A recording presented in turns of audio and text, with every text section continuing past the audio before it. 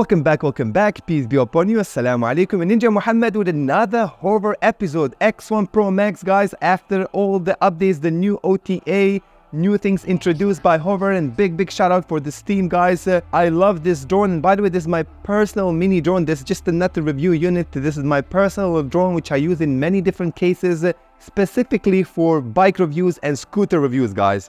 They added finally dolly zoom, guys. Probably one of the favorite movie techniques which a lot of influencers love to have with their drones, with their cameras, etc. Spiral mode as well, extended range for many different modes, guys, and many different options. We will be covering most of them in this video. Don't go anywhere, and I hope you're gonna enjoy this beautiful episode. Of course, if you decide to purchase this mini drone, the buying links will be in the description. Let's begin with this one. Enjoy. Hover Air just went ahead and dropped a massive update for the X1 Pro and Pro Max. And let me tell you, this is not just a boring bug fix situation, no. At this point, we're talking about legit new modes, smarter controls, more range, pro level photo options, even tweaks that make the whole thing just insanely better.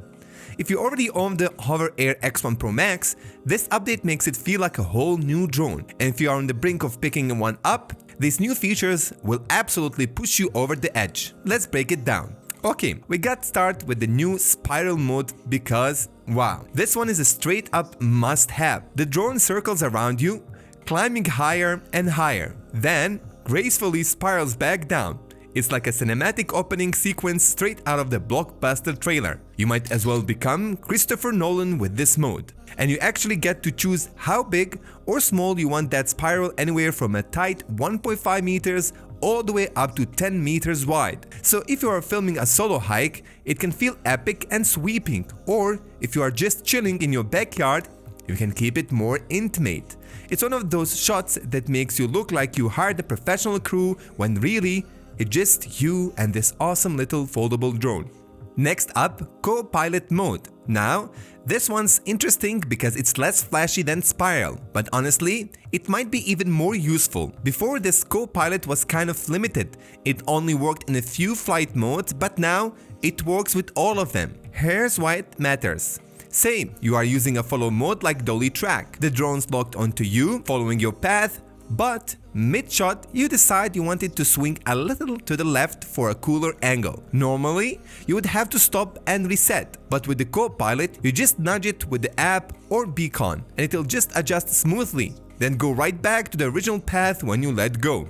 And in non-follow modes like orbit or zoom out, nudging it switches it into hover mode. That means you can line up your shot exactly how you want while the camera stays locked on the subject. Basically, it's like having a little creative assistant in the sky, letting you direct on the fly instead of just hitting go and praying the shot looks good. Now, this one's gonna get the cyclist hyped. Hover added a brand new stats dashboard which shows things like your speed, distance, and duration right in the app or on the beacon. And yes, you can overlay the data into your video, which means your Sunday ride suddenly looks like a professional sports documentary. They also added Smart Ascent, which automatically lifts the drone if it senses obstacles ahead. So if you're biking down a trail and a tree suddenly shows up in the path, the drone adjusts before disaster strikes. Basically, it's a little extra peace of mind so you can focus on the ride, not on the babysitting your drone. Speaking of cinematic,